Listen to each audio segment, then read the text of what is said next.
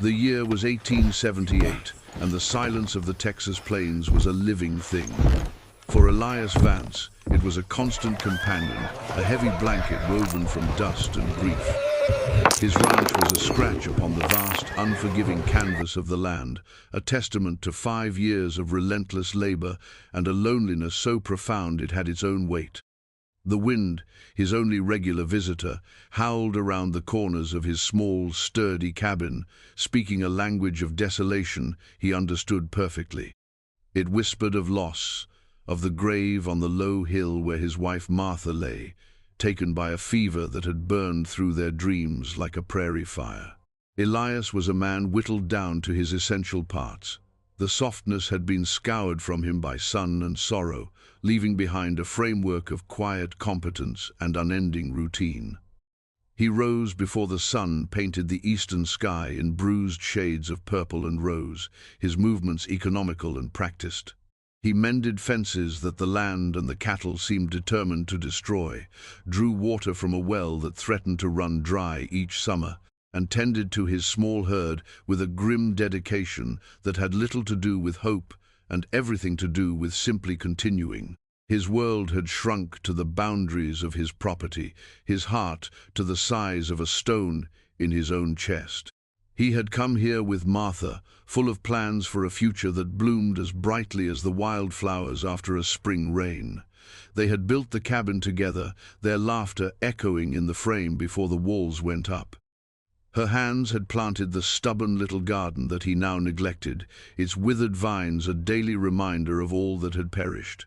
After she was gone, the silence she left behind was louder than any storm. He filled it with work, pushing his body until exhaustion brought a dreamless sleep, for it was only in dreams that her ghost came to visit, her presence a sweet agony he could no longer bear. His trips into the settlement of Redemption were infrequent and born of pure necessity. Redemption was a name that promised far more than the place delivered.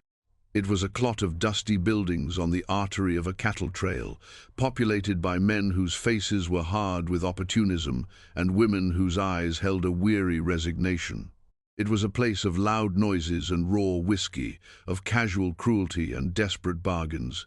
Elias hated it. He hated the way the men looked at him, their gazes a mixture of pity for his widower status and suspicion of his solitude. He was an outsider, a man who kept to himself, and in a place like Redemption, that was a sin second only to weakness.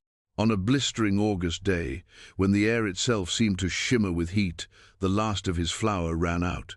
With a heavy sigh, he saddled his horse, a stoic roan named Gideon, and began the long ride. The sun beat down on his hat, and the dust kicked up by Gideon's hooves coated the back of his throat. He felt the familiar dread coil in his gut as the ramshackle buildings of the town appeared on the horizon, a mirage of misery hardening into reality. He tied Gideon to the hitching post outside the general store, his mind already calculating the quickest way to get his supplies and leave. But the usual low hum of the town was different today. There was a current of excitement, a foul energy that drew men from the saloon and the blacksmith's forge like flies to rotting meat. A crowd had gathered in the dusty expanse between the store and the saloon, their voices a low, jeering rumble. Curiosity was a feeling Elias had buried long ago, but a sense of unease pulled him forward. He moved to the edge of the crowd, his height giving him a clear view of the grotesque spectacle at its center. A large, sweat-stained man named Garrett Shaw, a freight hauler with a reputation for brutality, stood on the back of a wagon. Beside him, small and still, stood a figure. It was a woman, he could tell by the shape of her, but her head was covered by a coarse, filthy burlap sack, a rope tied loosely around her neck. Her hands were bound in front of her. She wore the tattered remnants of a deerskin dress, and her bare feet were caked in dust and bleeding from small cuts. "What we have here, gentlemen," Shaw boomed, his voice slick with self-satisfaction, "is a genuine Comanche savage. Caught her myself, skulking near my camp up on the Brazos. A real prize." A wave of murmurs and crude laughter went through the crowd. Elias felt a cold sickness rise in his throat. He had heard of such things, raiders capturing native women and selling them off in backwater towns, but he had never witnessed it. The sheer, unadorned ugliness of it was staggering. The men were not just buying a person, they were buying a story to tell, a trophy of their perceived superiority. "She's broke, mostly," Shaw continued, giving the rope a little tug that made the woman stumble. "Good for cooking, cleaning, whatever else a man might need a squaw for. What am I bid? Let's start at $5. $5 for a lifetime of service." The bidding was slow and laced with lewd jokes. Men shouted out numbers, their bids as much a performance for each other as a genuine attempt to buy. Ilias watched, his hands clenched into fists at his sides. He saw not a savage, but a human being humiliated, stripped of dignity, and turned into chattel. The burlap sack was the most obscene part of it all. It denied her a face, a name, an identity. It made her an object, a thing to be owned. He thought of Martha, of her fierce pride and gentle spirit. What if it had been her? The thought was a hot poker to his soul. He should have turned away. He should have gotten his flour and ridden back to the quiet misery of his ranch. It was not his affair. He had enough burdens of his own. But his feet remained planted in the dust, his eyes fixed on the still, sacked figure on the wagon bed. He saw the slight tremor in her bound hands, the only sign of the terror she must be feeling. The bidding stalled at $2. The men were losing interest, their thirst for novelty slaked. Shaw was growing impatient. $2, is that all? It's a disgrace, he spat. Ilias didn't know what moved him. It wasn't courage, and it wasn't righteousness. It was something deeper, a flicker of the man he had been before grief had hollowed him out. It was a quiet, stubborn refusal to let this ugliness stand unchallenged in his presence. His voice, when it came out, was rusty from disuse, but it cut through the murmuring crowd. $1. A stunned silence fell. The men turned to look at him, their expressions a mixture of confusion and contempt. Garrett Shaw squinted, his piggy eyes narrowing. "What was that, Vance?" "I said $1. Ilias repeated, his voice firmer now. He met Shaw's gaze without flinching. It was an insult, a bid so low it mocked the entire proceeding. Shaw's face flushed a dark, angry red. He opened his mouth to curse Ilias out, but then a different look crossed his facial, cunning, malicious smile. To sell her for such a pittance to the town's somber hermit would be a greater humiliation for the woman and a story in itself. $1 it is, Shaw declared with a laugh. Sold. To the lonely farmer, Ilias Vance. Get your property, you fool. The crowd parted for Ilias as he walked toward the wagon, their whispers and snickers following him like burrs. He ignored them. He pulled a single worn silver dollar from his pocket and tossed it onto the wagon bed. It landed with a soft clink that sounded impossibly loud in the sudden quiet. He didn't look at Shaw. He looked only at the woman. With his pocket knife, he reached out and sawed through the thick rope binding her wrists. Then, gently, he took the other rope from around her neck. He gestured with his head toward Gideon. "Come." The journey back to the ranch was a long, silent procession. The woman followed him, her steps light and steady, despite her bare feet. Ilias did not look back, but he could feel her presence behind him, a small, constant shadow in the overwhelming heat. The weight of his impulsive act began to settle on him. What had he done? He had no place for another person, no words for a stranger, no room in his shuttered heart for anything but the ghosts that already lived there. He had bought a human being for the price of a sack of flour. The shame of it burned hotter than the sun.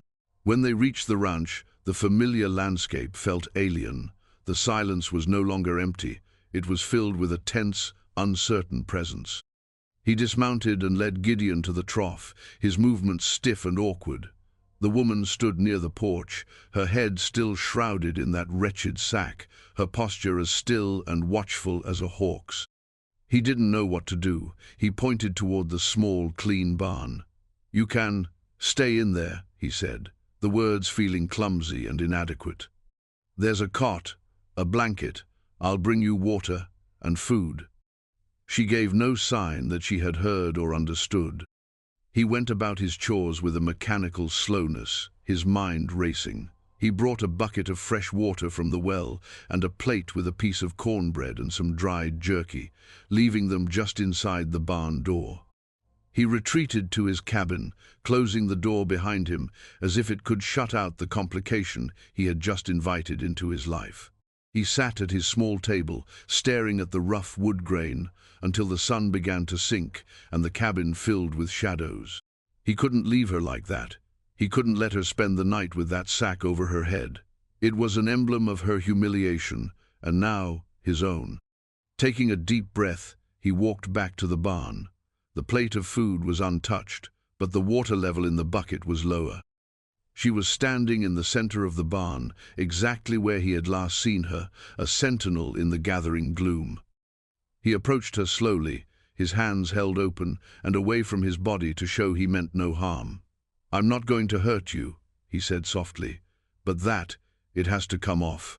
She remained perfectly still. He reached out with hesitant fingers, his touch light as he grasped the bottom edge of the burlap. He paused, giving her a chance to pull away, to resist. She did not move. Slowly, carefully, he lifted the sack.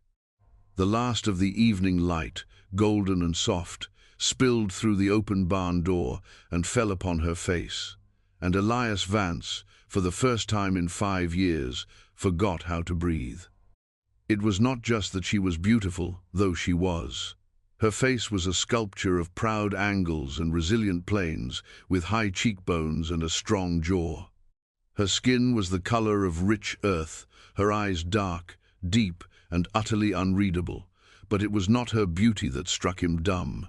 It was the ferocious, untamed dignity in her expression. There was no fear in her eyes, only a watchful intelligence. There was no submission, only an immense, defiant pride that had not been broken on the back of a wagon or bought for a single coin. In her face, he saw the vast, wild plains, the unyielding strength of the ancient hills, the story of a people who could not be erased. In that single, silent moment, something shifted inside him. His action in the town, which had felt like a moment of reckless pity, was transformed. It was no longer about saving a victim. It was about honoring a survivor. A silent, solemn vow took root in his heart. It wasn't a marriage of church or law, but a covenant of the soul, made in the dusty half-light of a barn. He would not be her master, he would be her shield. He would protect this flame of defiance until she was ready to find her own way again. He had paid $1 not for a slave, but for the chance to restore a piece of a shattered world, and in doing so, perhaps, to restore a piece of his own. The days that followed were a study in silence. Elias established a new routine, one that now included a second, silent person. He would leave food and water on the porch of the cabin in the morning and evening. He moved a spare mattress and his late wife's quilt into the barn, creating a more comfortable space for her. He never entered the barn while she was there, affording her the privacy it was in his power to give. Her name, he learned, was Topsana. He didn't learn it from her lips, not at first. He had tried speaking to her a few times, simple words in English, but she remained silent, her dark eyes following his every move with an unnerving stillness. She was a ghost who cast a shadow, a presence defined by her quiet observation. She never strayed far from the barn, her world contained within the small sphere of his ranch, a prisoner of a freedom she did not yet trust. He found out her name from a small, almost imperceptible clue. He had been mending a harness near the corral, his fingers clumsy, and had dropped his awl. He searched the dust for a few frustrating minutes before giving up and heading back to the cabin. The next morning, the awl was sitting on the porch railing, right where he would see it. Beside it, drawn in the dust with a fingertip, was a delicate, intricate shape, the image of a prairie flower. He didn't understand its meaning until later that week when he was cleaning out a small chest of Martha's things. He found a book on local flora and fauna. Flipping through the pages, he saw it the same flower. The caption underneath read Topsana, the Comanche word for it. It was a beginning, a communication without words. He began to leave things for her, not out of necessity, but as offerings. A length of blue calico cloth he'd bought on his last trip to town. A small comb carved from bone. He left them on the porch, and they would disappear, taken in silence. In return, small things would appear for him. A tear in his work shirt, mended with stitches so fine they were nearly invisible.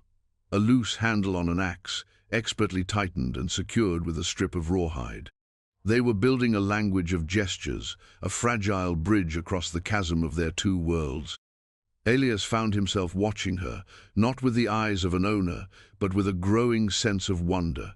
He watched her move with a fluid grace that seemed to mock the harsh, angular landscape. He saw her studying the plants that grew wild at the edge of his property, her fingers gently touching leaves and petals as if greeting old friends. He saw her watching the sky, her face tilted up to read the clouds and the flight of birds in a way he never could. She possessed a knowledge of the land that he, for all his years of toil, could never hope to match. He was a trespasser here. She was a part of it. The change in him was slow, almost imperceptible at first. The crushing weight of his loneliness began to lift, replaced by a new kind of quiet. It was a shared quiet, no longer empty, but filled with a watchful presence. He started talking again, not directly to her, but to himself, to Gideon, to the world at large. He would describe the task he was doing, or comment on the weather, his voice filling the space between them. He never expected a reply, and he never received one. But he had the distinct feeling that he was being listened to. The first true crack in the wall of silence came with the storm. It blew in from the north without warning, a churning mass of black clouds that turned the afternoon sky to night. The wind screamed like a banshee, tearing at the roof of the cabin. Rain came down not in drops, but in solid sheets, and hail the size of pebbles hammered the earth. Elias rushed to get the cattle into their small shelter, fighting against the gale. As he struggled to bar the gate, he saw her. Topsana was standing in the open doorway of the barn, her figure silhouetted against the gloom, watching the violent sky. He shouted over the roar of the wind, "Get inside, it's not safe." He didn't think she would obey, but as a tremendous crack of lightning split the sky, followed by an immediate, deafening clap of thunder, she flinched. He saw a tremor run through her body, a flicker of the terror she kept so well hidden. Without thinking, he ran from the corral to the barn, grabbed her arm, and pulled her toward the relative safety of the cabin. He half-pushed her through the door and slammed it shut against the raging storm, plunging the small room into near darkness. For a long moment, they stood there, breathing heavily, the sound of the wind and rain a deafening roar outside. Rainwater dripped from their hair and clothes, forming puddles on the wooden floor. Elias moved to the fireplace and struck a match. The kindling caught, and a small, flickering light pushed back the shadows. He turned to look at her. She was huddled near the door, her arms wrapped around herself, her eyes wide. The storm had stripped away her careful composure, revealing a raw vulnerability. "It will pass," he said, his voice softer than he intended. She looked at him, and for the first time her gaze was not just watchful but questioning. She took a hesitant step toward the fire, drawn to its warmth. Elias moved away, giving her space, and sat at his table.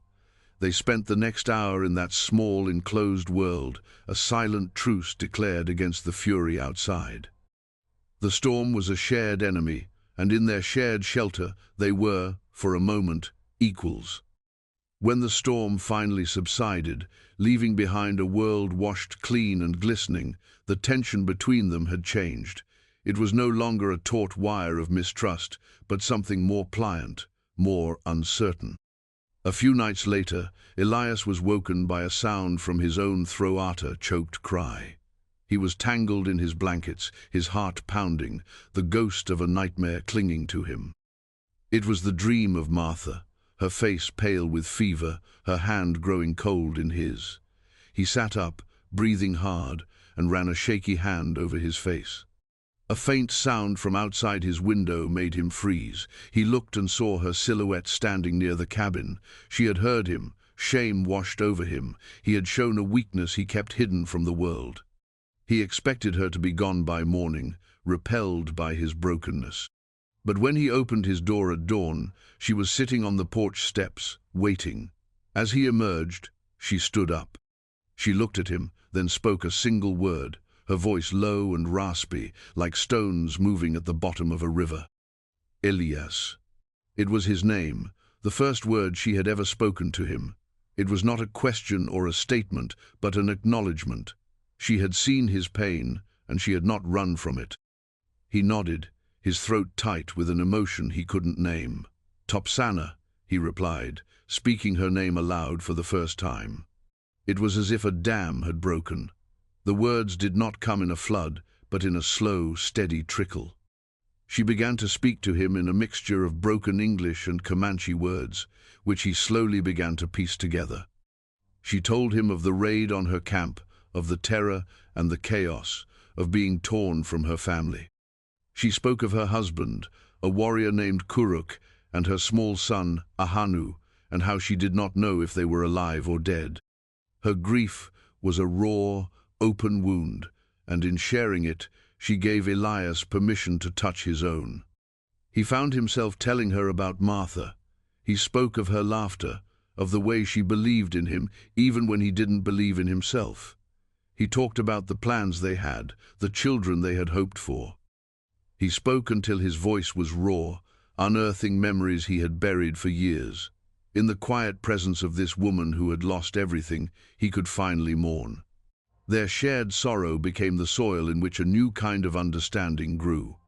They were two solitary survivors, two people scarred by the cruelties of the world, who had found an unlikely harbor in each other's presence. The ranch was no longer just his place of exile, it was becoming their sanctuary. But the world outside their small sanctuary had not forgotten them. Word of Elias Vance and his Comanche squaw had festered in the bitter heart of redemption. It was a story told with winks and sneers in the saloon, a dark piece of gossip that fed the town's inherent prejudice. Garrett Shaw, in particular, felt cheated. He had intended the woman for a life of brutal servitude, and the thought of her living in peace with the strange, quiet farmer was an insult to his authority. He saw it as a challenge, one he intended to answer. One hot, still afternoon, Elias saw the dust cloud on the horizon long before he heard the horses. He knew, with a sinking certainty, who it was. He grabbed his rifle from its pegs on the wall, his movements calm and deliberate. "Go inside the cabin," he told Topsana, who was tending to a small patch of herbs she had planted near the porch. "Lock the door."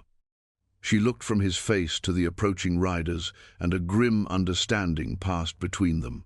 She nodded, her face a mask of composure, and slipped inside the cabin, the heavy bar thudding into place. Elias stood on the porch, the rifle held loosely in his hands, and waited. 4 riders pulled up, led by Garrett Shaw. Their faces were flushed with whiskey and self-righteous anger. "Vance," Shaw spat, staying on his horse to loom over him. "We heard some disturbing things. Heard you were living out here in sin with that savage." "What I do on my land is my own business, Shaw," Elias said, his voice level. "Not when it offends decent folk," another man chimed in. "It ain't right. We've come to take her. We'll find a proper place for her." The lie was so bold it was almost laughable. Their intentions were written plainly on their leering faces. Elias's grip tightened on the rifle. "She's not going anywhere." Shaw laughed, a harsh, ugly sound. "She ain't got a choice, and neither do you. We paid for her once, in a manner of speaking. She belongs to the town now." He started to dismount, a clear threat in his movement. "She is my wife." The words left Elias's mouth before he had consciously formed them. They were a shield, a claim, a truth forged in silence and shared grief. The men stared at him, momentarily stunned into silence. Shaw recovered first, his face contorting in a mask of disbelief and rage. "Your wife? You married a redskin?" He spat on the ground. You're sicker than I thought, Vance. That changes nothing. We're taking her. As Shaw took a step forward, the cabin door opened. Topsana stepped out onto the porch. She was not holding a weapon. She was holding the blue calico cloth he had given her, now sewn into a simple but elegant shawl. She stood beside Elias, her head held high, her gaze sweeping over the men with an expression of pure, unadulterated contempt. Her presence was not that of a cowering victim, but of a queen surveying a pack of mongrels. Her silent defiance was more potent than any threat. It enraged Shaw. He lunged for the porch, his hand reaching for her. It was the last step he took. Elias moved with a speed that belied his quiet nature. He didn't raise the rifle to shoot. He used it as a club, swinging the heavy stock in a short, brutal arc that connected with Shaw's side. The man grunted, a sharp exhalation of pained surprise, and staggered back. The other men, startled by the sudden violence from the placid farmer, hesitated. "Get off my land," Elias said, his voice a low growl of absolute conviction. He raised the rifle, this time leveling the barrel at Shaw's chest. "She is Mrs. Vance. This is her home. Anyone who tries to harm her will answer to me. Now get, and don't ever come back." There was no madness in his eyes, only a cold, deadly seriousness. The men looked at Elias, then at the silent, proud woman beside him, and they saw not two broken people, but a unified, unbreachable front. They were bullies, not warriors. The fight had gone out of them. Muttering curses, they helped the wheezing Shaw back onto his horse and rode away, their retreat a cloud of resentful dust. Elias stood there until they were out of sight, his body trembling with the adrenaline of the confrontation. He slowly lowered the rifle. He turned and looked at Topsana. Her face was unreadable, but her eyes were fixed on his. The declaration he had made, "She is my wife," hung in the air between them, a tangible thing. She reached out and laid her hand gently on the barrel of the rifle, pushing it down. Then her fingers brushed the back of his hand. It was the first time she had touched him with deliberate, gentle affection. In that small, simple gesture, an entire volume of understanding was conveyed. The vow he had made in the barn had now been spoken aloud to the world, and she, with her touch, had accepted it. The aftermath of the confrontation settled into a new kind of peace. The threat from the town receded, replaced by a grudging, fearful respect for the man who had defended his home so fiercely. Elias and Topsana were left to their sanctuary, their bond now sealed by shared danger and public commitment. Their life together took on a new rhythm. The silence between them was now one of comfort, not caution. They worked side by side, their movements a practiced dance of mutual support. She taught him the language of the land, which roots were for medicine, which berries were for dye, how to read the coming weather in the turn of a leaf. He, in turn, shared the small pieces of his own world, reading to her from one of Martha's books in the evenings by the firelight, explaining the strange mechanics of the world he came from. They spoke of their losses, not as fresh wounds, but as scars that told the stories of who they were. Her grief for her lost family remained, a deep, quiet river running beneath the surface of her life. His sorrow for Martha softened from a sharp pain to a gentle, bittersweet memory. They did not replace what they had lost. Instead, they built something new in the space that grief had cleared. One evening, a year after she had arrived, they were sitting on the porch, watching the sky bruise into nightfall. The air was cool and smelled of dust and the herbs from her garden. She had been weaving a basket from willow branches, her fingers moving with an innate, graceful skill. "Elias," she said, her voice soft in the twilight. "In the language of my people there is no word for goodbye. We say, 'I will see you again.' I think maybe I will not see my son again in this life." It was a quiet admission of a hope finally laid to rest. Elias reached over and took her hand, his calloused fingers lacing through hers. "I am sorry, Topsana," he whispered. She turned her hand over and held his tightly. "But my home, it was taken from me, and now I have a home here." She looked at him, and in her dark eyes he saw not just pride and resilience, but a deep and abiding love. It was a love that had grown slowly, quietly, like a hardy flower pushing its way through rocky soil. He looked around at the small ranch, at the cabin that had once been his prison of sorrow. It was no longer empty. It was filled with her presence, with the smell of her cooking, with the sight of her handiwork. It was a home again. He had paid $1 for a woman in a sack, an act of desperate, unthinking compassion, and in return she had given him back his life. The wind still whispered across the plains, but it no longer spoke of desolation.